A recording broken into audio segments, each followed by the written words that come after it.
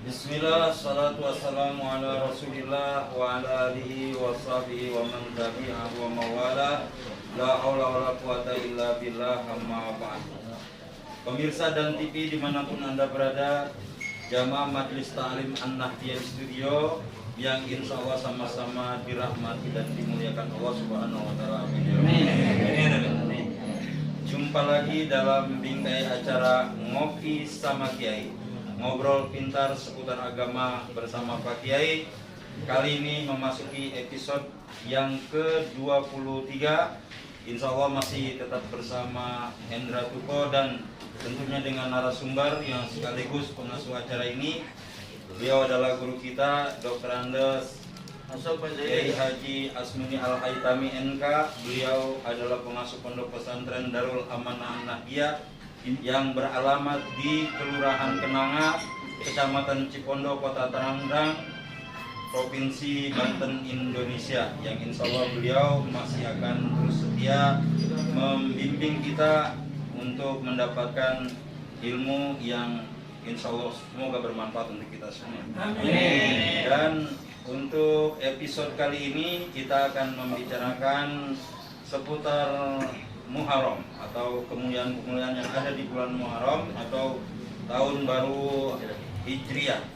Insya Allah akan kita kupas dan semoga apa yang akan disampaikan oleh guru kita nanti akan membawakan hikmah buat kita semua. Amin. Terima kasih dan selanjutnya guru kita untuk menyampaikan mukadimahnya. Dipersilakan. Assalamualaikum warahmatullahi wabarakatuh. Waalaikumsalam. Alhamdulillah ala ni'amillah wassalatu wassalamu ala rasulillah. La haula wa la quwwata illa billah. Qala Allah ta'ala fi kitabihil karim, a'udzu billahi minasy syaithanir rajim. Bismillahirrahmanirrahim. Wal 'asri innal insana lafi khusrin illa alladzina amanu wa 'amilus shalihat wa tawassaw bil haqqi wa tawassaw bis sabr. Wa qala Rasulullah sallallahu alaihi wasallam, khairukum man tala umruhu wa hasuna amaluhu wa syarrukum man tala umruhu wa sa'a amaluhu. Ai kama qala Rasulullah sallallahu alaihi wasallam. Rabbi shrah li sadri wa yassir li amri wahlul 'uqdatam min lisani yafqahu qawli. Rabbi zidni ilman nafi'a warzuqni fahman jaida bil lail wa nahar. Allahumma faqihni fid din wa 'allimni ta'wilah.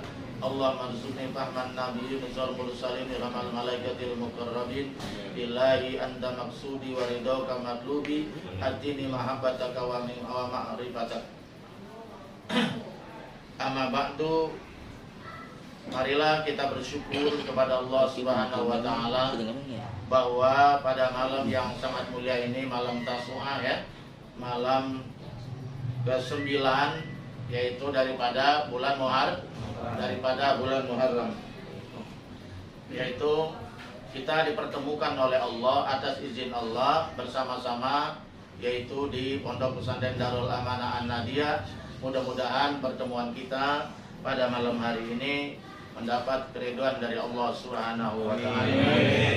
Karena kita masih berada di awal bulan Muharram, yaitu awal tahun Hijriah 1443 Hijriah. Saya selaku pribadi maupun selaku pengasuh Pondok Pesantren Darul Amanah Nahdiyah mengucapkan kepada jamaah baik yang hadir di sini maupun yang sedang menonton di dan TV di YouTube, ya, selamat memasuki tahun baru Hijriah 1443 Hijriah. Mudah-mudahan tahun ini lebih baik daripada sebelumnya. Insya Allah tahun ini lebih berkah daripada sebelumnya. Baik urusan dunia maupun urusan akhiratnya. Amin ya Rabbal. Karena kalau tahun kita tahun ini sama dengan tahun kemarin, itu berarti rugi, betul nggak? Karena waktu itu terus berputar dari detik, menit, betul nggak? Tik tik tik, net net net, terus ya kan? Hari, kemudian hari Minggu, bulan, tahun. Sudah berapa detik yang kita habiskan? Susah hitungnya. Sudah berapa menit umur yang diberikan oleh Allah telah kita gunakan. Betul nggak, Mas Juta? Berapa bulan, berapa tahun umur yang kita telah habiskan? Ya, mungkin kalian yang tahu semua. Kalau saya sudah 60 tahun umur saya habiskan, betul nggak? Nah, ibaratnya kalau menurut keterangan Rasulullah SAW bahwa umur ummati baina sittin wa sab'in. Umur rata-rata umatku yaitu akhir zaman itu 60 sampai 70. Nah, berarti saya harus siap-siap. Ya, mudah-mudahan paling tidak mengikuti umurnya Rasulullah SAW. Syukur-syukur kita bisa lebih dari itu supaya lebih banyak lagi bertobat beribadah kepada Allah Subhanahu wa taala. Kenapa?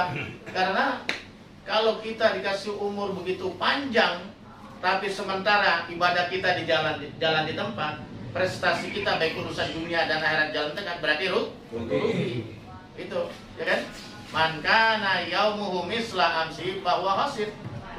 Barang siapa yang tahun ini sama dengan tahun kemarin, rugi, betul ya? Karena waktu itu terus berputar ke depan, tidak pernah mundur ke belakang. Ada nggak jarang mundur ke belakang? Nah, berarti jam itu rusak. Betul ya? Jam yang normal, yang stabil, pasti dia berputar ke depan. Dan itu tidak akan pernah terulang kembali itu Pak Jaslim. Ini pertemuan kita nih, Pak Jaslim, malam ini itu tidak akan terulang sampai hari kiamat, betul nggak? Ini terus berlalu saja. Besok malam dua yang akan datang kita bertemu lagi, sudah lain detiknya, sudah lain menitnya, betul nggak? Nah, jadi hari itu tidak akan pernah kembali, tahun tidak akan pernah kembali selama-lamanya. Lantarji al ayyamul lati madad, tidak akan pernah kembali hari-hari yang telah kita lewatkan. Nah, jadi kalau sekarang nih yang kemarin nggak pernah ngaji, sekarang ngaji, berarti itu ada perubahan. Berarti beruntung. Iya, yang kemarin nggak pernah sholat berjamaah, tahun ini sholat berjamaah. Nah, berarti beruntung. Betul. Yang kemarin nggak pernah silaturahim, sekarang silaturahim, tambah temannya, tambah sahabatnya, orang-orang baik, orang soleh. Berarti dia beruntung ke jalan di tempat. Man kana yaumuhu syarran min amsihi bahwa khasir. Nah, ini yang berbahaya. Tahun ini lebih mundur dari kemarin. Tahun ini lebih rusak dari kemarin. Ini kata Nabi, orang semacam ini adalah celaka. Yang bagus yang ketiga, wa man kana yaumuhu khairan min amsi. Barang siapa yang tahun ini, hari ini, tahun ini lebih baik daripada tahun yang kemarin. Ya kan? Berarti ada kemajuan, ada perubahan ke arah yang lebih baik. Baik urusan dunia, lebih-lebih urusan akhir. Berarti dia termasuk rabihun, orang yang beruntung. Mudah-mudahan pada malam hari ini kita termasuk orang yang beruntung. Amin. Allah Subhanahu wa taala. Ya. Amin ya rabbal alamin. Ada dalam sebuah hadis Rasulullah sallallahu alaihi wasallam, khairukum, orang yang paling bagus di antara kalian, man tola umruhu, tola yatul artinya panjang, man tola umruhu, barang siapa yang dikasih umur panjang. Maksud kita umurnya berapa? 61, lebih tua dari saya. 61. Iya, hati-hati loh Pak. Mudah-mudahan karena berkat silaturahim dipanjangkan umurnya. Karena salah satu daripada manfaat silaturahim berdasarkan hadis Rasulullah SAW, itu satu, akan ditambah diberkahi rezekinya. Yang kedua, dipanjangkan umurnya. Panjang dalam arti umurnya bermanfaat. Itu maksudnya. Ya. Jadi khairukum man tala umruhu wa hasuna malu. Orang yang paling bagus di antara kalian siapa? Orang yang dikasih umur panjang dan bagus amal perbuatannya. Ya, siapa saja, apapun profesinya, dikasih umur panjang, melebihi usia Nabi malah kan ya. Ya sampai 70 tahun dan bagus amal perbuatan. Kalau dalam sinetron ceritanya dia orang baik, bagus nggak? Lihat di sinetron, kalau orang baik cerita jadi tokoh-tokoh baik, berakhirnya baik nggak? Kalau tokoh jahat, berakhirnya jahat nggak? Nah itu.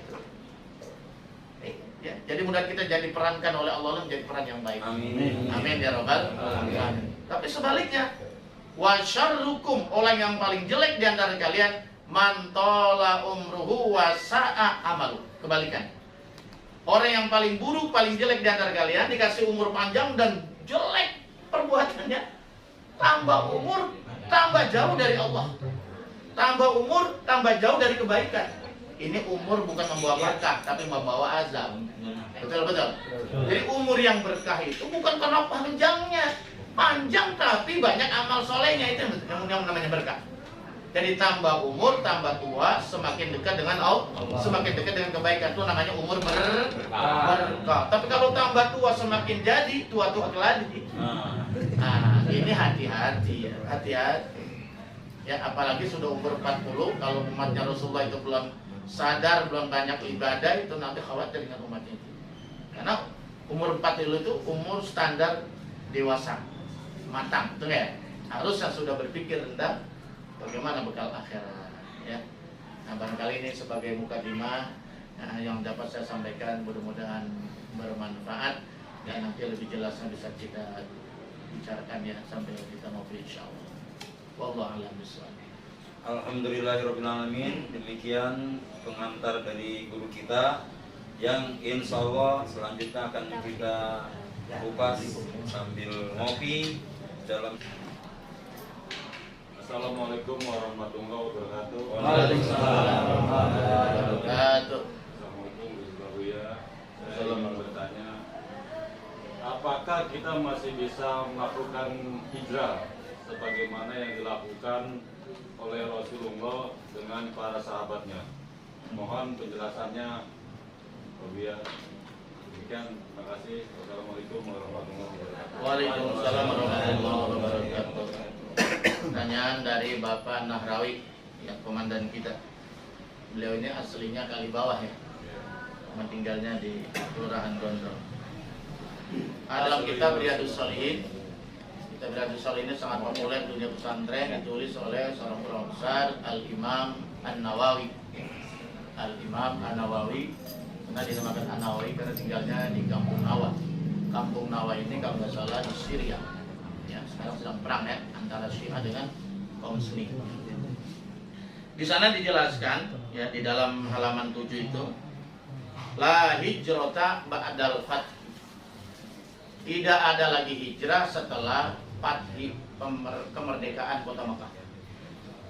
Ya, jadi setelah kota Mekah itu merdeka, Aiman as-Sarat Darul Islam telah menjadi negeri Islam, maka tidak ada lagi hijrah karena tidak lagi yang perlu dikhawatirkan. Rasulullah itu hijrah memang diperintahkan oleh ya selamat datang Pak Jarpan ya. Masuk orang Pemda. Jadi Rasulullah SAW itu hijrah itu bukan karena pengecut ya, bukan karena tak lari dari perjuangan. Karena pada zaman Rasulullah SAW itu waktu di kota Mekah, Islam tidak punya power politik, tidak punya kekuatan apa-apa. Semua kekuatan itu dikuasai oleh orang kafir Quraisy. Jangankan sholat berjamaah terbuka, kita sholat saja sembunyi-sembunyi. Dakwah pun sembunyi-sembunyi. Ketika terang-terangan, maka itu pun luar biasa tantangannya. Betul ya? Ketika Nabi dakwah secara terang-terangan. Dan Islam sulit berkembang karena tidak punya kekuatan, tidak punya power itu ya. Power politik, power ekonomi, semua budaya itu dikuasai oleh Abu Jahal, Abu Lahab, Abu Gosok, dan lain-lain. Betul ya? Makanya Nabi Muhammad disuruh hijrah. Kenapa? Karena di Madinah walaupun jauh, umatnya sedang menantikan Nabi akhir zaman. Mereka mendukung sepenuhnya dakwahnya Rasulullah SAW. Makanya setelah Nabi Muhammad hijrah ke Madinah, maka umat itu terbentuklah umat Islam, komunitas Muslim namanya ya. Nah, sehingga Islam punya power, punya kekuatan. Makanya Nabi bukan hanya sebagai pemimpin agama, seorang Nabi dan Rasul, tapi juga kalau sekarang sebagai presiden. Nabi itu. Maka Nabi lah setelah mulai menyusun kekuatan ekonomi, menyusun kekuatan militer, dan jaga-jaga kalau nanti diserang oleh kafir Quraisy. Dan ternyata itu pernah benar-benar terjadi di bulan Ramadan, perang yang pertama namanya perang Badar. Betul kan? Nah itu. Tapi ketika Nabi hijrah ke Madinah, udah sekian lama, Nabi Muhammad itu dengan 10.000 umat Islam, sebetulnya bukan mau perang dan balas dendam kepada orang kafir Quraisy yang di Mekah, bukan. Tetapi karena melaksanakan ibadah haji yang pertama dan terakhir, makanya dinamakan haji wada. Tapi apa yang terjadi? Mereka ketakutan luar biasa. Waduh, kita dibantai nih, jangan disate ini ya. Ternyata bahwa Nabi Muhammad itu dengan jamaahnya, dengan umatnya adalah ingin menunaikan ibadah haji, gitu kan? Nah, pada saat itulah Abu Sufyan mendapat hidayah Islam. Karena di saat mereka suasana genting dan ketakutan, Rasulullah mengatakan, "Man dakhala baita Abi Sufyan faqad amana." Barang siapa yang masuk ke rumah Abi Sufyan faqad amina, maka dia telah aman. Jadi Abu Sufyan dalam kondisi kepepet masih dihormati oleh Rasulullah. Akhirnya apa? Dia membaca syahadat. Karena Abu Sufyan ini sebagai pimpinan yang baca syahadat, maka akhirnya rakyatnya pun baca syahadat, masuk Islam berbondong-bondong, kecuali nggak dapat hidayah, kabul dari kota Makkah. Maka turunlah iza jaa nasrullahi wal fath wa ra'aitan nasa yadkhuluna fi dinillahi afwaja. Yadkhuluna, mereka masuk di dalam agama Allah berbondong-bondong afwaja. Nah, setelah itu maka kota Makkah dinamakan kota yang merdeka, menjadi kota Islam. Maka Nabi ngomong setelah itu, la hijrata badal fath, tidak ada lagi hijrah. Ngapain hijrah? Karena kota Makkah sudah terbebas. Abu Sufyan satu yang jadi pemimpinnya itu adalah setelah mendapat hidayah masuk Islam. Abu Jahal nggak dapat hidayah, mati kafir. Apa lagi? Abu Lahab pamannya sendiri nggak dapat hidayah karena kesombongannya, mati kafir. Abu Sufyan alhamdulillah masuk Islam. Akhirnya anak buahnya semua masuk Islam. Semua patung-patung 360 patung dihancurkan semua yang ada di sekitar Ka'bah itu. Masya Allah, luar biasa pada saat itu. Makanya tidak ada lagi hijrah. Nah, tadi sesuai dengan pertanyaan, apakah kita masih bisa hijrah? Hijrahnya seperti apa? Karena hijrah itu kalau kita lihat di dalam Syarah Riyadhus Shalihin itu, hadis yang di awal itu tentang hijrah itu, ternyata hijrah macam-macam. Saya kutip itu. Ada hijrah inda nazariyatil makan, ada hijrah secara tempat, fisik, teritorial. Ya kalau bahasa kuliahnya. Secara teritorial artinya secara fisik hijrah dari Mekah ke Madinah. Nah, itu yang dilakukan oleh Rasulullah dengan sahabat muhajirin. Muhajirin itu orang yang pindah dari Mekah ke Madinah. Kalau Ansor orang yang ahli Madinah, asli Madinah, Yasrib pada saat itu yang menolong perjuangannya Rasul, makanya dinamakan kaum Ansor. Nah, dua sahabat inilah dipersaudarakan oleh Rasulullah SAW. Luar biasa pada saat itu. Dan itu tidak mungkin kita lakukan karena itu sudah berlalu, betul nggak? 15 abad yang lalu. Pada saat itu kalau zaman Rasulullah ya konteksnya Rasulullah. Kalau sekarang bisa, tapi hijrahnya mungkin karena umroh, karena haji dari Madinah ke Mekah dulu baru ke Madinah. Tapi itu karena ibadah haji dan umroh. Tapi ada yang ke Madinah dulu, ada yang ke Mekah dulu. Gitu kan ya. Yang kedua, juga hijrah itu bisa indah nazariyatiz zaman. Jadi hijrah dilihat dari konteks waktu, Pak Jarban. Nah ini, kalau dilihat dari konteks waktu, itu sudah berlalu 15 abad yang lalu juga. Betul nggak ya? Yaitu pada hari Senin katanya tanggal 12 Rabiul Awal. Jadi kalau kita mau hijrah dalam sejaman dengan Nabi, terlambat lahir kita. Betul nggak? Terlambat lahir, betul ya? Karena sudah lama. Kalau kita pengen hijrah kayak Nabi secara fisik, kita kan tinggalnya di Indonesia. Berarti kita harus ke sana dulu. Di zaman Rasulullah hijrah itu memang satu keharusan. Bukan Nabi pengecut, bukan. Tapi karena ingin membela agama Allah. Makanya yang hijrah pada saat itu ada yang dapat pahala dan tidak. Ya, man kana hijratu ila Allah Rasul wa hijratu ila Rasul. Sebab siapa yang hijrahnya karena membela agama Allah dan perjuangan Rasul, ya hijrahnya berarti dapat pahala. Tapi yang hijrahnya karena perempuan wanita Madinah yang cantik-cantik, dapatlah perempuan tapi nggak dapat pahala. Barang siapa yang hijrahnya karena dagang, ya dapatlah dunia tapi nggak dapat pahala. Itu yang dimaksud inamal a'malu bin niat. Segala amal perbuatan tergantung niat. Nah, kita pun nih sekarang malam ini tergantung niat kita. Kalau niatnya cuma karena YouTube ya nggak ada pahalanya. Nah, itu kan cuma YouTube karena pandemi aja kan ya, supaya dakwah kita lebih banyak dilihat orang. Itu kan dakwah juga, betul nggak ya? Agar jangan kita lingkungan skup kecil. Nah, bukan karena riya, bukan karena riya, kan karena riya lebih di stop ya. Masya Allah, itulah. Tapi ada hijrah yang ketiga yang ini bisa kita lakukan, yaitu hijrah indah nazariyatil makna, ya, maknawi, secara maknawi, secara substansial. Itu bisa aja dilakukan kalau hijrah dari segi nilai dan segi makna, betul nggak? Misalnya yaitu hijrah minal mutakhir ila ta'akhur ila taqaddum, dari keterbelakangan ke kemaju. Teman kita selalu, kita ini negara kaya, tapi kita nggak jadi tuan rumah, yang jadi tuan rumah malah asing. Betul ya? Posisinya kita kan yang jadi tuan rumah, betul nggak? Secara ekonomi maksud saya. Kenapa mereka yang jadi tuan rumah? Nah, kita harus berpacu secara ekonomi. Kita harus maju, betul nggak ya? Nah, kalau hijrah begini bagus nggak? Kita kan lebih banyak jadi konsumen daripada produsen dulu ya. Lebih banyak beli, belanja daripada memproduksi. Kan begitu? Masya Allah. Nah, kalau begini bagus. Atau minal ma'asi ilal masaleh. Hijrah dari segala maksiatan, stop kemaksiatan, hijrah kepada amal soleh. Kalau ini bisa dilakukan kapan dan di mana? Nah, pada malam hari ini pun kita sudah hijrah. Nah, Mas Nan ya, ini hijrah. Pak Jasuli hijrah, ini kan pendatang baru nih. Pak Sucipto hijrah dari rumah, hijrah ke acara ngopi, ngobrol pintar seputar agama sambil ngopi. Hijrah apa lah? Hijrah dari ke tempat sinetron, biasa nonton sinetron misalnya, ke pengaji. Bagus nggak kira-kira? Bagus. Cakep itu. Itu namanya minal ma'asi ilal masoleh. Yang biasa maksiat sekarang stop, berhijrah kepada hal-hal yang bersifat amal sol. Nah, misalnya minal ahlakil magumah ilal mahmudah. Hijrah dari ahlak yang tercela, ahlaknya buruk, rubah nih tahun baru. Kita hijrah kepada ahlak yang terpuji. Nah, kalau ini bisa dilakukan kapan, di mana saja kalau model begini. Atau minal jahli ilal ilmi, daripada kebodohan kepada ilmu pengetahuan. Iya, hijrah masa selamanya bodoh. Ya. Kata orang tua dulu, nah, ini kata orang tua saya ya, gua biarin bodoh, gua mau jadi petani, tapi lu gak boleh bodoh, lu harus pinter. Makanya kalau saya lagi belajar gak pernah diganggu, kalau di sekolah gak pernah diganggu. Tuh orang tua dulu hebatnya begitu. Yang mudah-mudahan orang tua saya dilapangkan alam kubur. Amin. Saya tuh pernah makan bangku sekolahan, Pak. Ya kalau baca koran nyungsang. Orang dulu bisa baca Quran tapi nggak bisa baca koran. Orang sekarang pandai baca koran tapi nggak bisa baca Quran. Nauzubillah summa nauzubillah. Kenapa nggak hijrah itu? Dari kebodohan kepada ilmu. Insya Allah. Ya, minat taklid ilal ittiba. Taklid bener nggak taklid?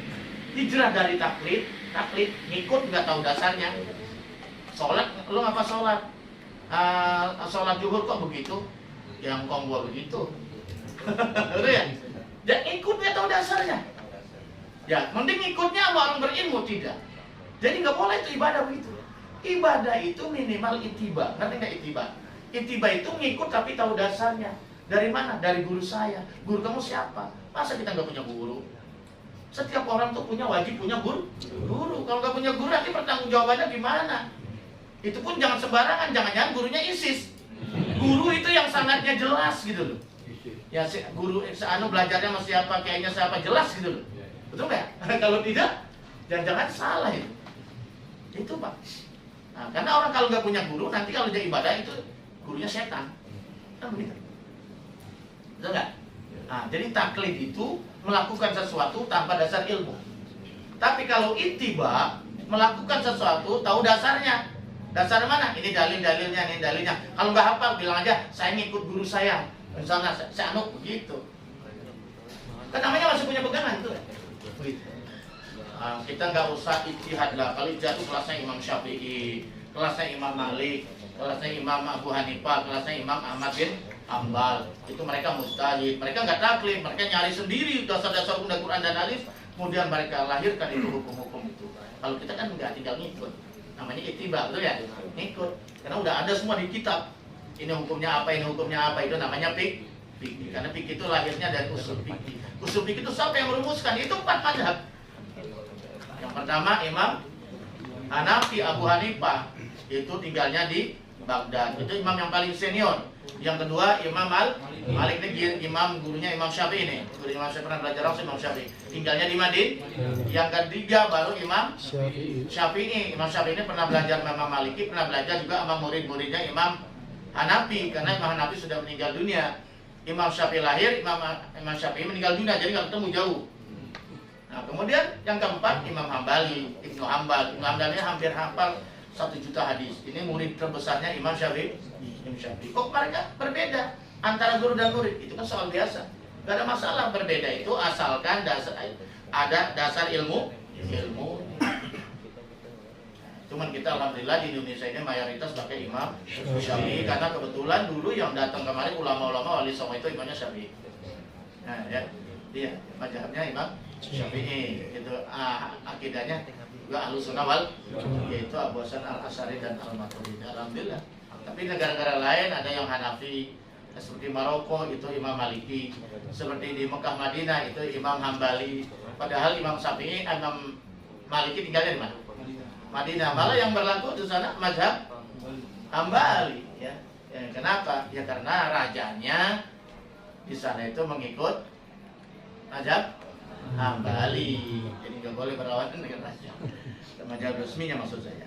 Nah itu barangkali yang dapat saya sampaikan, bahwa kita sekarang ini masih bisa hijrah. Tadi siapa yang nanya?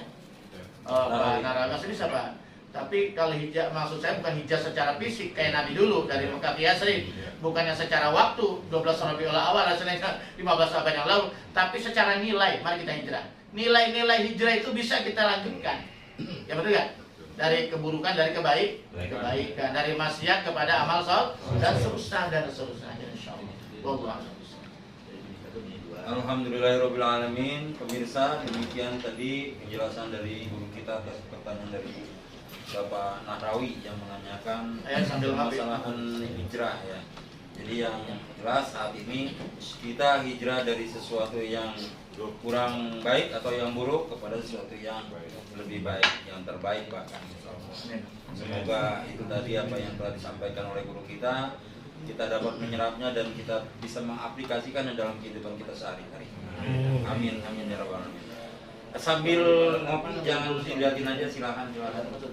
Iya, ini kan jangan terlalu tegang ya, jangan terlalu serius banget. Serius kita ngajinya, tapi ngopi jalan terus. Ya. Pemirsa dan TV dimanapun Anda berada, jamaah An-Nahdiyah di studio, kita masih melanjutkan sesi tanya jawab ke pertanyaan yang kedua. Silakan Pak. Assalamualaikum warahmatullahi wabarakatuh. Waalaikumsalam warahmatullahi wabarakatuh. Alhamdulillah, murid baru ini 2 orang. Ahlan wasalan ya. Ya. Ini kakak saya Haji Asli dan ini saya Pak Masnan ya. Alhamdulillah. Tadi kita membahas masalah tentang hijrah. Saya mau bertanya masalah tentang bulan Muharram. Terutama nanti dijawab untuk ya. Assalamualaikum warahmatullahi wabarakatuh ya. Assalamualaikum warahmatullahi wabarakatuh. Saya mau bertanya apa yang terjadi di tanggal 10 Muharram sehingga umat Islam begitu menghormatinya. Mohon pencerahannya Bu ya. Terima kasih dari saya. Wassalamualaikum warahmatullahi wabarakatuh. Waalaikumsalam warahmatullahi wabarakatuh. Ini pertanyaan sangat kontekstual kalau orang kampus bilang, sangat relevan ya dengan karena sekarang kebetulan bulan Muharram. Bahkan kita nanti hari Kamis kalau salah pas itu 10 Muharram ya. Mudah-mudahan Allah merahmati kita semua. Amin. Jadi masalah kenapa ada apa di bulan 10 Muharram itu ya? Sampai Nabi menganjurkan kita berpuasa. Kita harus tahu itu ya, harus tahu gitu. Itu kalau kita lihat di dalam Siratul Anbiya, sejarah-sejarah perjalanan Nabi yang 25 Rabiul Rasul ya. Kalau kita baca atau misalnya di dalam kitab ini kitab Minal Qisasil Quran ya, karangan Abdul Mun'im Al-Hashimi. Ini diceritakan ya di sini para nabi dan rasul sesuai dengan sebagaimana dalam Al-Qur'an ya, bahwa pada 10 Muharram itu banyak sekali peristiwa. Kalau salah kurang lebih ada 10 peristiwa besar di mana hamba-hamba Allah, para nabi-nabi Allah yang soleh itu diselamatkan oleh Allah Subhanahu wa taala. Itu diselamatkan itu pada tanggal 10 Muharram. Misalnya diselamatkannya kapal Nabi Nuh. Itu kalau saya baca di sini di dalam kitab ini, Masya Allah. Nabi Nuh itu dakwah bukannya 10 tahun, 20 tahun, ratusan tahun. Kalau kurang sabar itu, coba ratusan tahun. Sedang Nabi Nuh sendiri umurnya berapa? Kilawat kola 950 tahun. Kadang-kadang kan 1000 tahun. Besar-besar, ya kena zaman dulu saya dengan zaman kan. Fisiknya kuat, besar-besar, tinggi-tinggi, kadang-kadang sampai 10 tahun. Bayangkan, Masya Allah. Begitu Nabi Nuh berdakwah siang dan malam, ya Allah, istrinya sendiri kafir, menolak. Bagaimana kan terpukul itu? Seorang kiai dakwah bininya sendiri kan tidak menghargainya gitu. Anaknya sendiri kafir kan, aneh. Bayangkan itu. Ada yang pengikut sedikit, orang-orang miskin. Karena agama dia dakwah Nabi Nuh agama gak bergengsi. Iya. Jadi yang masuk Islam itu pemasan orang-orang kere. Yang lain yang kaya-kaya itu kafir, menolak gitu. Agama yang dibawa oleh Nabi Nuh itu agama tauhid itu. Masya Allah. Akhirnya Nabi Nuh ini ya hilang kesabaran. Inilah bedanya Nabi Muhammad dengan Nabi yang lainnya. Ya Rob, nggak ada harapan rasanya ini. Anak cucunya juga ya. Udah hancurkan aja, matikan aja, udah nggak ada harapan ini. Ya sudah ratusan tahun. Akhirnya Nabi Nuh itu bikin perahu, itu bukan di pinggir pantai, jauh dari laut. Diketawain, diberakin perahunya. Jangan tahu itu perahu mujizat itu. Masya Allah ya. Akhirnya doa Nabi Nuh itu gelap, siang dan malam gelap, petir, topan. Ya mungkin kayak sekarang terjadi di Cina. Masya Allah. Ya. Itu akhirnya banjir seluruh dunia, karang seluruh dunia. Konon katanya Gunung Himalaya yang tertinggi di dunia itu lalu sampai Ka'bah hancur rata dengan tanah. Saking dahsyatnya, mati semua makhluk apapun kecuali yang naik perahu Nabi Nuh. Binatang yang naik perahu Nabi Nuh selamat. Pohonnya ada Nabi Nuh selamat. Manusia yang ada perahu Nabi Nuh selamat. Itu yang nanti akan berkembang lagi menjadi umat manusia. Dan akhirnya terombang-ambing, ada katakan 40 hari 40 malam itu mendaratnya ya itu pada tanggal 10 Muharram diselamatkan oleh Allah itu.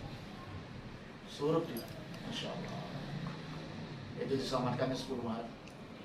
Nah kemudian Nabi Ibrahim alaihissalam. Nabi Ibrahim ini melawan Raja Namrud ya. Namrud ini ada yang mengatakan pamannya, ada yang mengatakan bapaknya. Raja Namrud ini raja zalim, kafir ya, menyembah berhala.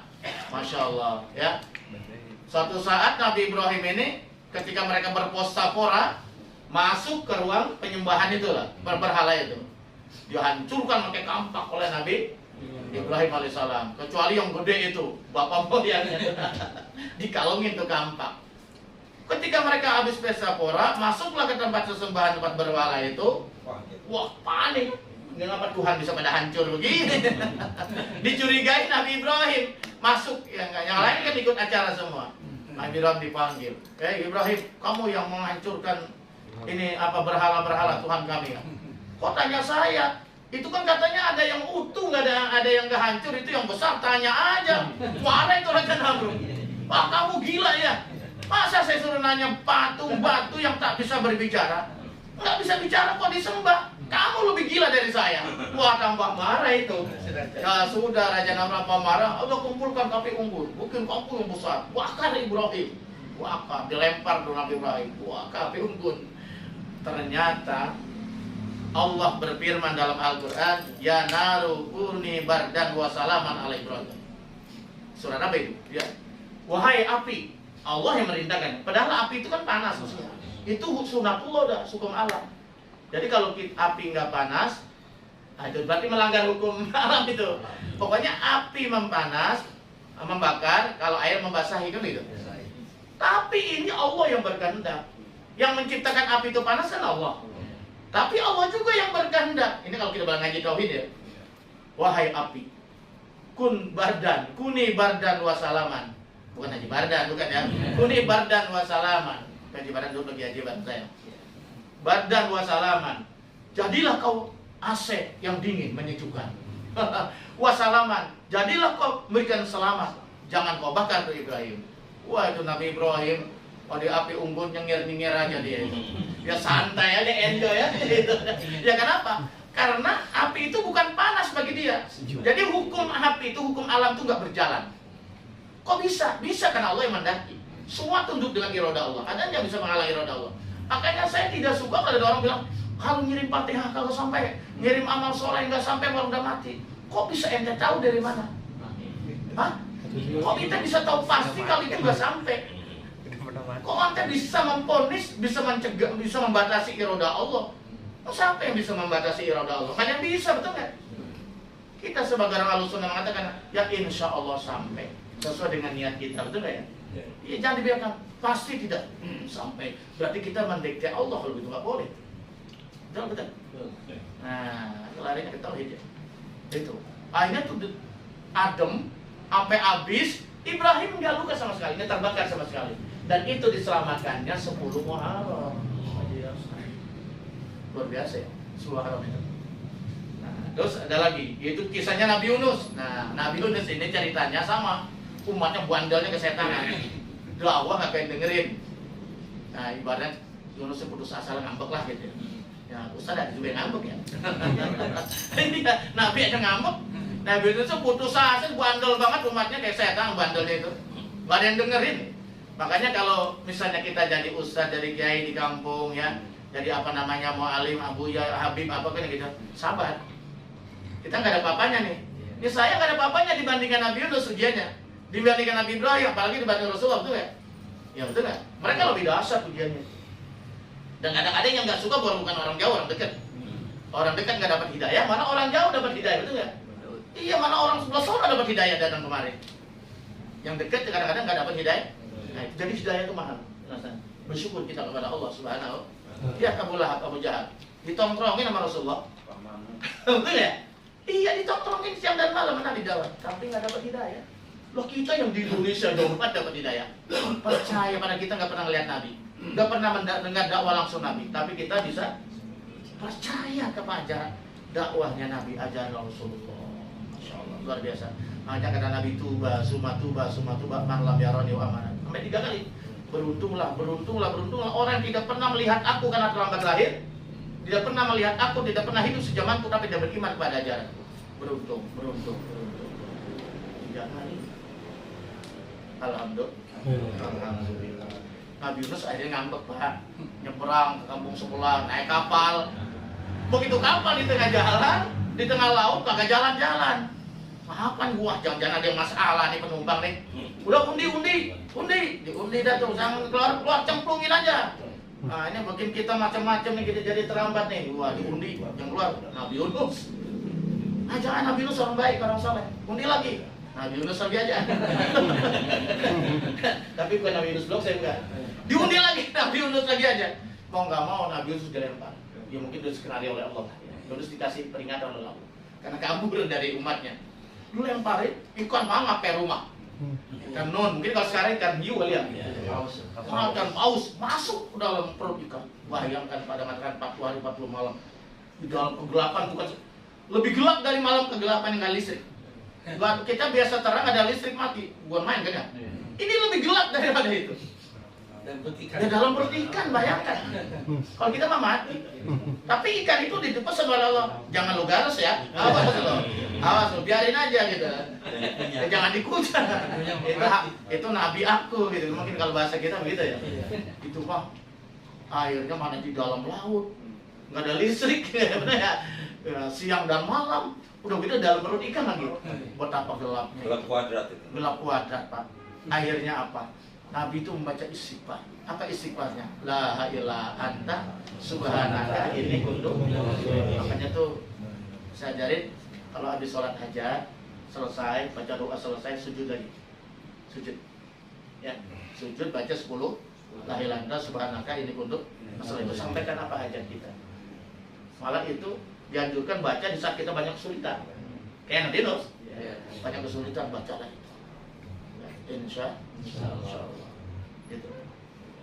Dibaca itu la ilaha anta subhanaka inni kuntu minadz zalimin, la ilaha subhanaka inni zalimin. Itu ikan mabok ikan itu. Mabok ikan. Mabok pusing dia, akhirnya minggir, muntah keluar Nabi Yunus selamat. 10 Muharram itu terjadinya. Masya Allah, hebat sekali Muharramnya. Maka jangan pegang puasa itu. Iya, banyak sekali umat-umat yang kalau kita puasa, sahabat itu kita ada diselamatkan dari neraka. Selamatkan dari kesulitan dunia dan akhirat. Betul nggak? Betul. Tapi yang ketiga, yang berapa sekarang? Nabi Musa. Sebenarnya banyak tapi hanya sedikit. Nabi Musa itu Pak, anak angkat tapi jadi musuhnya Fir'aun. Ya Fir'aun ya kan? Ya anak angkat itu. Fir'aun ya, diselamatkan oleh Allah. Dibuang ibunya, lahirnya di hutan, kan lahirnya di rumah kan disembelih. Laki-laki disembelih, dibunuh. Karena gara-gara mimpi tuh nanti musuh kamu yang akan menjatuhkan kamu Firaun, kata siapa tuh? Ramal, bayi yang akan lahir akan jadi musuh, bayi lahir gunung. Makanya ibunya lahir di hutan. Setelah lahir ditaruh di sungai Nil. Yang mungut siapa? Istrinya Siti Asia. Siti Asia itu nanti akan jadi pembesar penghuni surga itu. Siti Asia dirawat kok udah gede. Dia memang nabi, dia berdakwah dia, betul nggak? Wah, tapi akhirnya kan Firaun tetap aja kafir, malah ngaku Tuhan. Pak Firaun kurang ajar, ngaku Tuhan, bukan yang ngaku raja lagi, Tuhan. Ana rabbukumul a'la, aku ini ada Tuhan kalian yang paling agung. Ma ra'aitu rabban siwai, aku tidak pernah lihat Tuhan selain aku. Oh, di situ kan puncak kesombongan kekafirannya, Ben. Wah, akhirnya apa? Pada suatu saat dia punya kekuatan yang luar biasa, kekuatan politik, kekuatan militer, kekuatan ekonomi, kekuatan politik didukung oleh Haman. Haman itu jenderalnya Firaun. Nah, kalau konglomeratnya yang penekong ekonominya itu namanya Korun. Itu sejaman loh, Korun ya. Korun ini pelitnya nentet ini. Iya.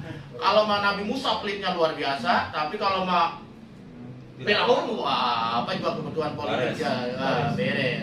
Sekarang banyak tuh korun-korun di zaman modern itu. Iya, Firaun jenderal model kayak Firaun banyak kan. Masya Allah ya. Allahu Akbar. Akhirnya apa yang terjadi? Dikejar-kejarlah itu Nabi Musa dengan kaum Bani Israel, tentunya yang beriman ya, kan ada beriman dan tidak. Sampai mentok di Laut Merah. Laut Merah itu laut perbatasan antara dulu ke haji ke Laut Merah ya. Si terapung. Kenapa enggak? Emang tahun berapa? 2016. Wah nggak boleh itu mah, nggak boleh. Gara-gara ulah seseorang. Ada asal pakai trepok ulang tahun di Masjid Terapung. Makin lilin, nyanyi-nyanyi, ngambek orang Arab itu nggak boleh banget itu. Akhirnya nggak boleh semua itu. Kalau saya itu udah hampir 11-10 kali. Laut Merah itu kayak Ancol, indah sekali ya. Itu antara Laut Merah itu yang membatasi antara Mesir dengan Jeddah. Tapi segitu belum ada Saudi, belum ditemukan Saudi Arabia itu ya. Ya langsung lari dan sampai ke Palestina gitu ya, itu Nabi Musa lari sampai ke sana. Nah itu apa yang terjadi? Ketika Musa di belakang sudah dikepung oleh bala tentara Firaun, di depan laut, wah gimana nih? Wah mati deh ini ya. Akhirnya Nabi Musa dapat perintah dari Allah, ya Musa idri bi asokal bahar. Pukul itu tongkat Nabi Musa. Saya gak punya tongkat Nabi Musa itu mana? Ya Musa itu dari Cirebon beli itu ya. Buat ngontrol santri itu. Idri bi asokal bahar. Pukul itu tongkat kamu ke laut. Itu laut terbelah dua kan. Membeku atas izin Allah. Oh, kalau kita mukul tongkat kita ke laut nggak apa-apa kita mah. Iya kan kita bukan nabi. Terbelah dua membeku itu. Tapi dia sambil baca doa, Allahumma kalhamdu wa likal musyaka wa tal musa'an wala haula wala quwwata illa billah. Ini ada di dalam kitab Nasoliban. Itu doanya Nabi Musa. Nabi pun menganjurkan untuk umat Islam. Allahumma lakal hamdu wa ilaikal musyaka wa tal musa'an wala haula. Ini kawan-kawan kita baca. Doa bagus banget kalau kita baca dalam kesulitan. Akhirnya terbelah. Larilah Nabi Musa dengan pengikutnya selamat sampai ke pantai Jeddah. Ini Raja Firaun dengan pengikutnya bala tentaranya ngikut di belakang aja. Pokoknya di tengah-tengah mencair tuh air. Iya, mencair lagi kembali, tenggelamlah dia. Udah ngap-ngapan kata orang Jepang, udah ngap-ngapan. Udah ngap-ngapan mau mati baru ngomong ini. Aman tuh Rabbi Musa, kalau bina saya beriman aja sama Tuhannya Musa. Kata malaikat, ini malaikat Israel, gua cekek, gua leletin lu sekalian. Ya kan kalau udah sakratul maut udah nggak ada pintu tobat. Kalau mau tobat tuh sekarang. Makanya tobat itu hukumnya wajib segera. Bukan wajib doang, wajib segera tobat itu. Ya.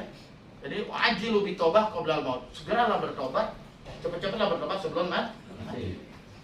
Jadi kalau sudah sakratul maut pintu tobat tertutup. Kalau sudah pagi-pagi matahari terbit di barat, udah nggak ada pintu tobat. Kiamat udah. Kalau mau tobat sekarang. Akhirnya diselamatkan itu terjadinya pada 10 yang terakhir yaitu Nabi Adam. Nabi Adam itu pernah berbuat salah karena tipu daya iblis makan buah itu namanya syajaratul manhi, ya pohon yang terlarang sebetulnya itu.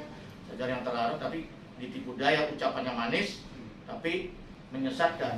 Jadi kalau ada orang itu ngomongnya manis luar biasa, muluk-muluk tapi menyesatkan, berarti dia iblis itu. Manusia itu. Sekarang banyak begitu. Iya, ngomongnya manis tapi ujung-ujungnya menjerumuskan. Lah itu iblis. Iblis itu. Iya, akhirnya Nabi Adam kan diusir. Ya, Nabi Adam diusir dari sorga, diturunkan Adam di Jeddah, Adam di India katanya. Ibu Hawa di Jeddah. Iblis diturunkan juga. Cuman bedanya di dalam kitab Nasolibat itu, kalau Adam itu kan maksiatnya karena syahwat.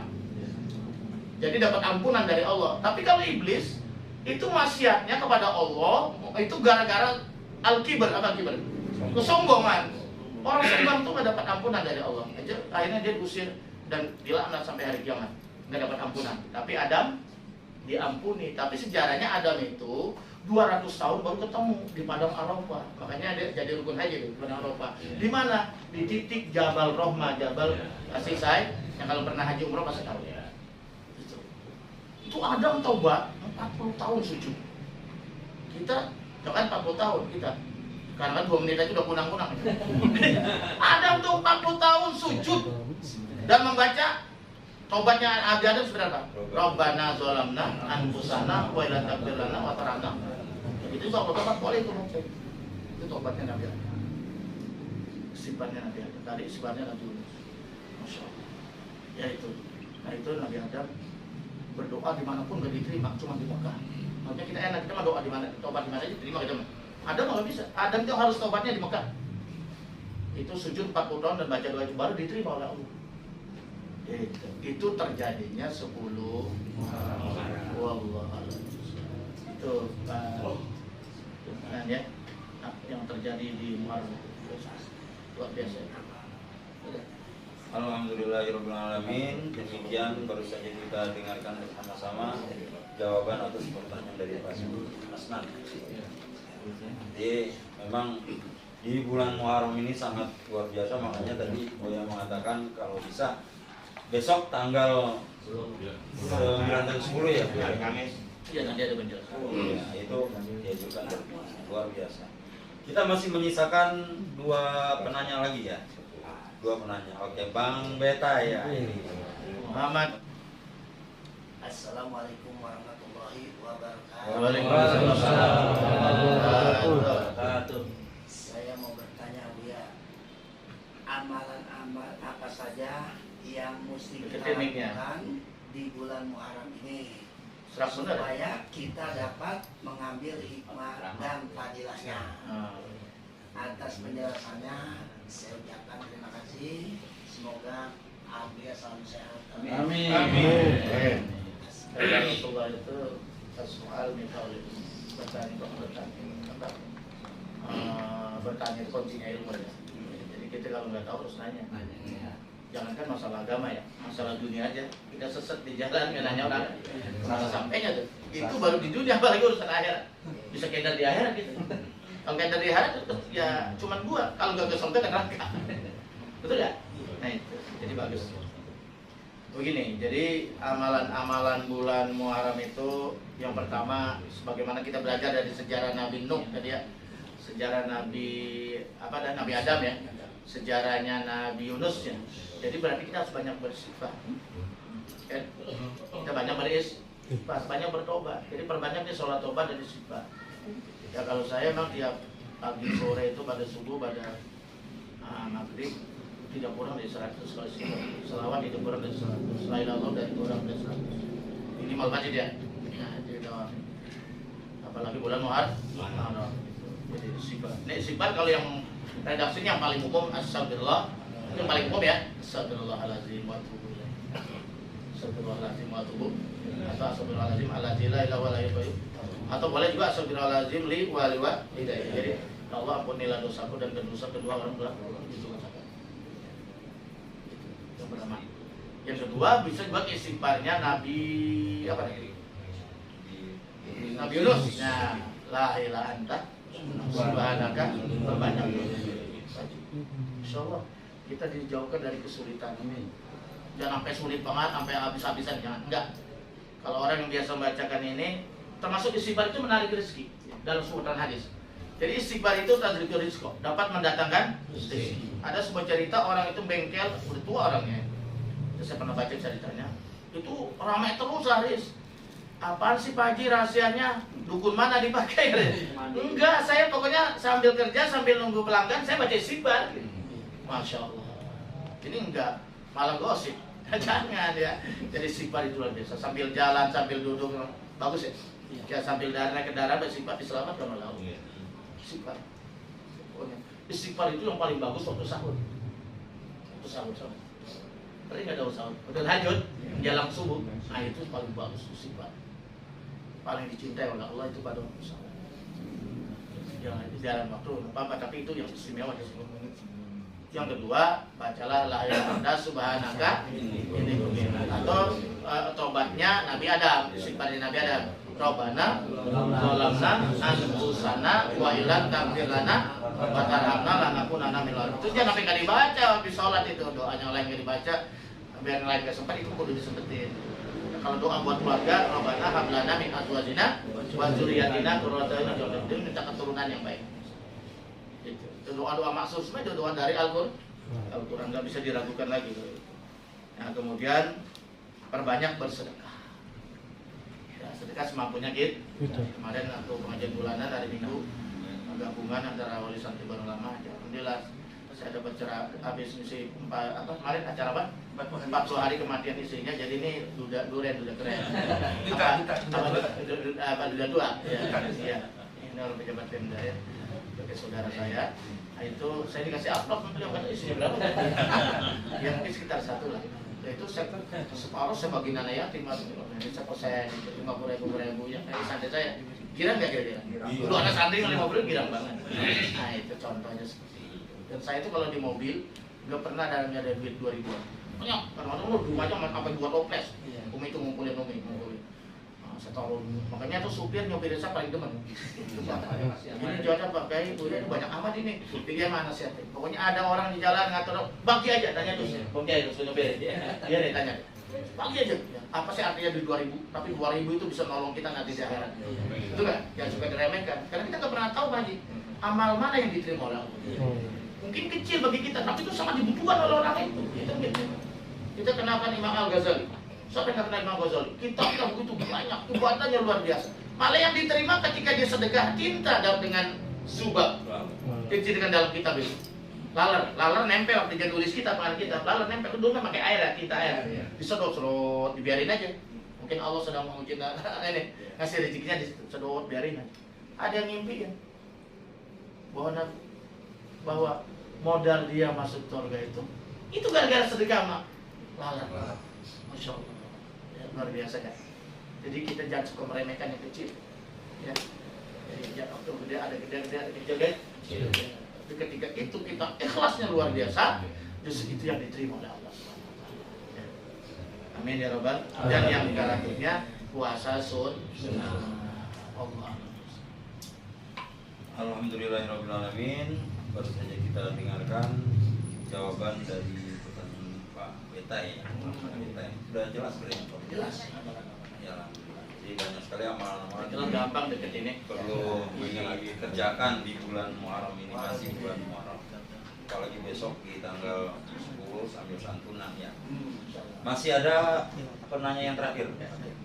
Assalamualaikum warahmatullahi wabarakatuh. Waalaikumsalam warahmatullahi wabarakatuh. Buya, saya mau bertanya, apakah puasa 10 malam itu ada dalil-dalilnya? Kalau memang ada, tolong dijelaskan supaya kita lebih mantap menjalaninya. Assalamualaikum warahmatullahi wabarakatuh. Waalaikumsalam. Ya memang kita udah sering dengar ya, mungkin juga jalanin insyaallah ya. Bahwa di bulan Muharram itu dia sunatan berpuasa, ada puasa tanggal 9, ada puasa tanggal 10, tapi yang paling populer tanggal 10 ya.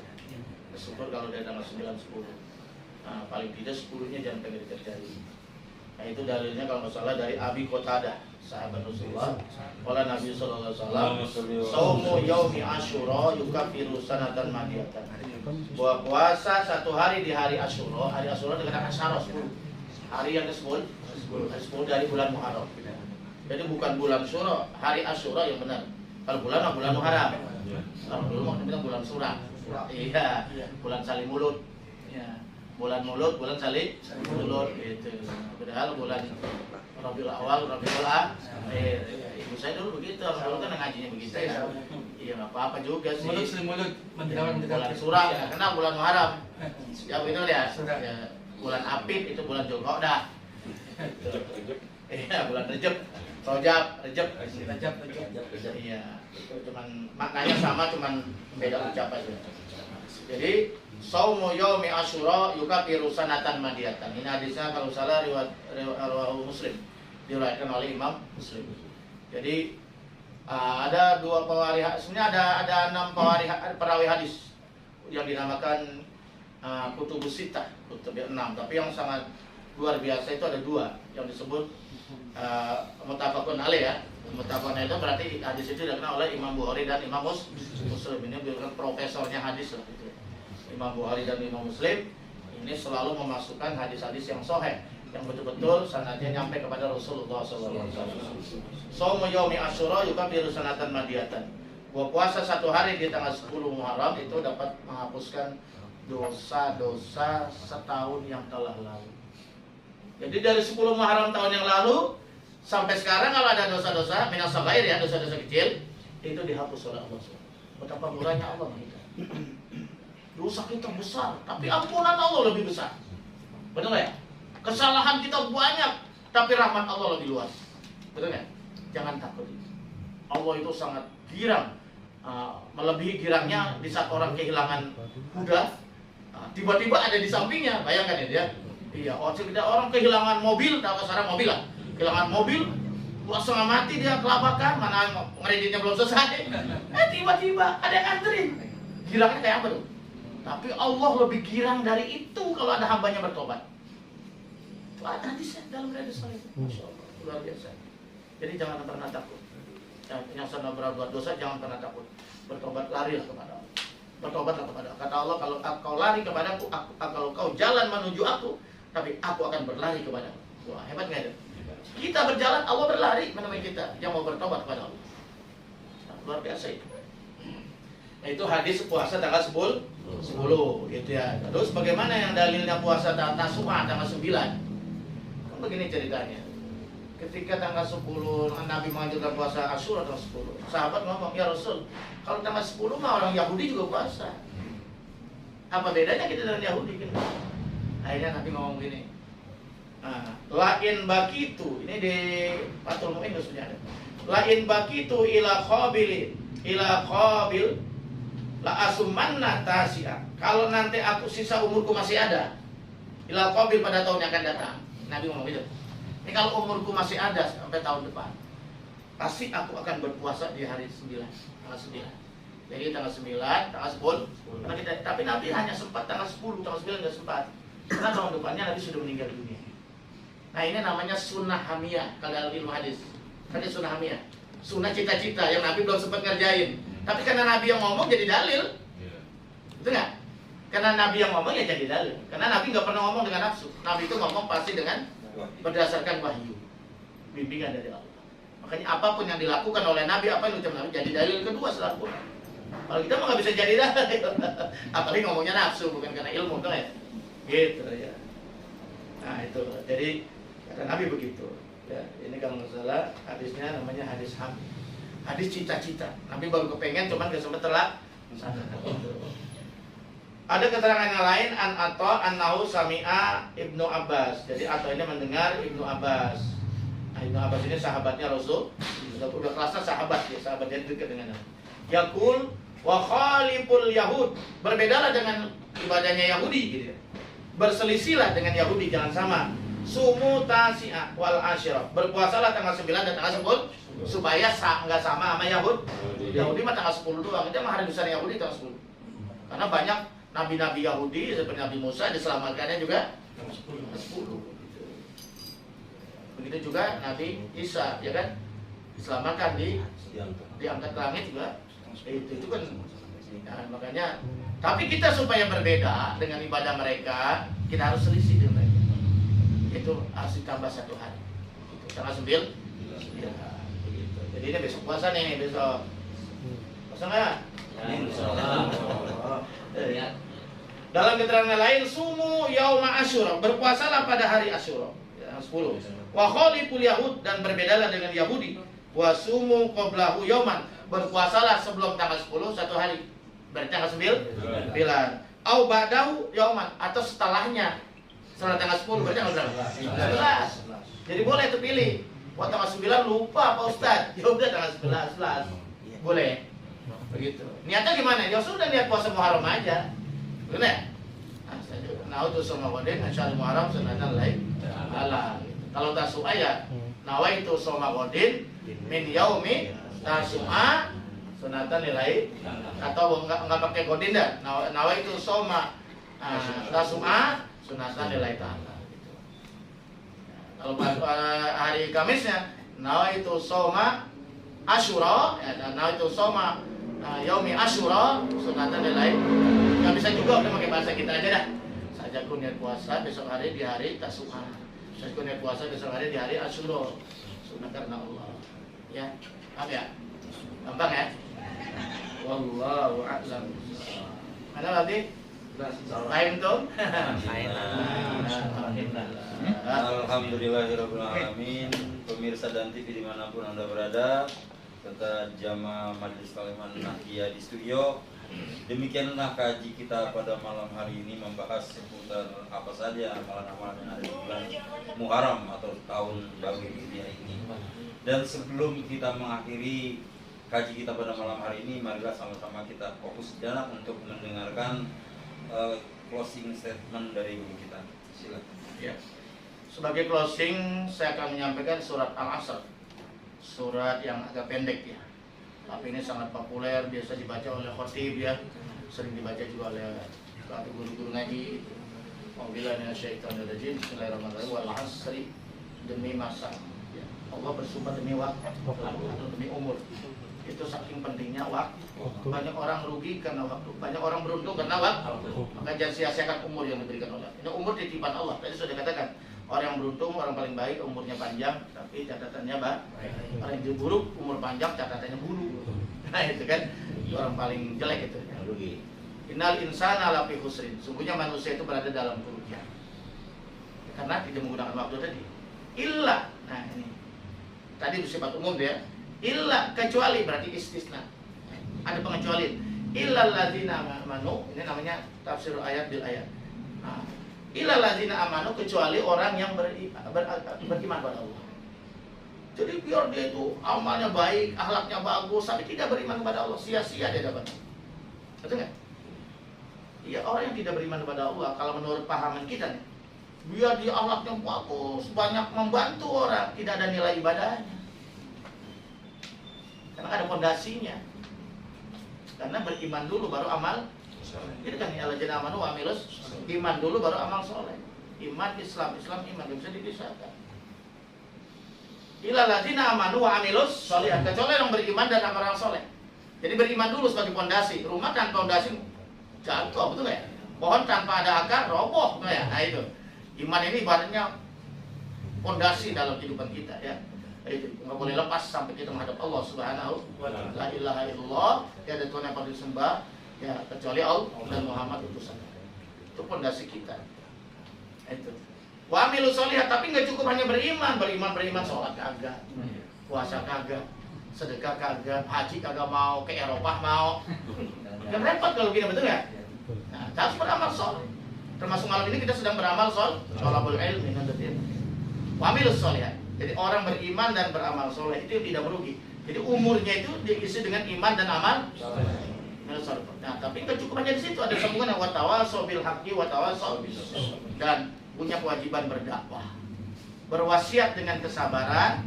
Nah, tawasau bil haqq dengan kebenaran, benar katakan benar, salah katakan salah. Dan berwasiat dengan kesabaran. Ya paling tidak kita berwasiat untuk diri kita, untuk istri kita, anak-anak kita, betul nggak? Anak kita subuh nggak bangunin, suruh sholat subuh. Istri kita nggak pakai kerudung, suruh pakai kerudung. Itu namanya wa tawasau bil haqq. Wa tawasau bis sabr, kalau kena musibah sabar. Lagi pandemi krisis ekonomi sabar. Jangan langsung miara tuyul. Ya nggak usah. Sabar. Betul ya? Tetap berada di jalan yang hak, di jalan Allah Subhanahu wa ta'ala. Itu ya. Sabar. Ini enggak ada musibah langsung bunuh diri misalnya. Itu kan jadi kubur, betul nggak ya? Dia bilang nggak boleh. Nah, iya itu. Iya, ada yang nyeblung, ada yang dari lantai 6, macam-macam kan ya? Ada yang minum racun. Kenapa minum racun baygon? Air yang halal banyak. Masya Allah. Ya, inilah. Jadi mudah-mudahan kalau ini tiga misi ini kita isi umur kita. Satu, beriman pada Allah, mantapkan iman kita. Yang kedua, kita banyak berbuat amal kebaikan, baik untuk keluarga kita dan orang lain, amal soleh, amal solihat, dan kita berdakwah. Jadi dakwah itu bukan hanya kewajiban saya, kewajiban bukan, kewajiban kita semua. Cuman barangkali yang profesional kayak Ustadz itu fardu kifayah, tapi setiap individu wajib berdakwah, fardu ain untuk diri sendiri. Jadi dakwahkan ke diri kita yang masih banyak kurang. Dakwahkan istri kita, anak-anak kita, ajak ke jalan Allah Subhanahu supaya semuanya masuk surga. Ya ayyuhallazina amanu qu anfusakum wa ahlikum nar. Ini saja barangkali dapat saya sampaikan. Nah, mudah-mudahan insyaallah kita pada malam ini dirahmati dan diridhoi Allah. Amin. Dan saya ingin mengucapkan terima kasih tadi Pak Jenur ngirim semen 3 sak. Mana Pak Jenur? Di pojok. Iya, saya kok bingung tadi semen dari mana saya lupa ya Pak Jenur. Yang mudah-mudahan dibalas dengan keberkahan. Amin. Ya, sekian. Allahumma biqil lakum tariq. Wassalamualaikum warahmatullahi wabarakatuh. Waalaikumsalam warahmatullahi wabarakatuh. Pemirsa dan TV dimanapun Anda berada serta jamaah Majelis Taklim An-Nahdiyah di studio, mari kita tutup kaji kita pada malam ini dengan pembacaan doa kafaratul majlis. Bismillahirrahmanirrahim. Subhanaka Allahumma wa bihamdika asyhadu an la ilaha illa anta astaghfiruka wa atubu ilaik. Walhamdulillahirabbil alamin. Demikian pertemuan kita pada malam hari ini di episode ke-23. Mudah-mudahan ada manfaatnya. Sekian dari saya Indra Tuko dan Buya. Terima kasih atas segala perhatiannya. Mohon maaf atas segala kurangannya. Akhirul kalam billahi taufiq wal hidayah. Assalamualaikum warahmatullahi wabarakatuh. Waalaikumsalam warahmatullahi wabarakatuh.